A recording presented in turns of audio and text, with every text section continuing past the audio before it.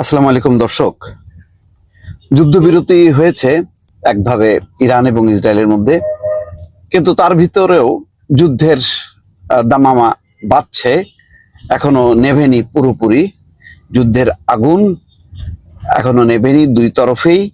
হঠাৎ করেই ইসরায়েলের দুই মন্ত্রী হুঁশিয়ারি দিয়েছে যে যুদ্ধবিরতি লঙ্ঘন করে ইরান ক্ষেপণাস্ত্র ছুড়েছে।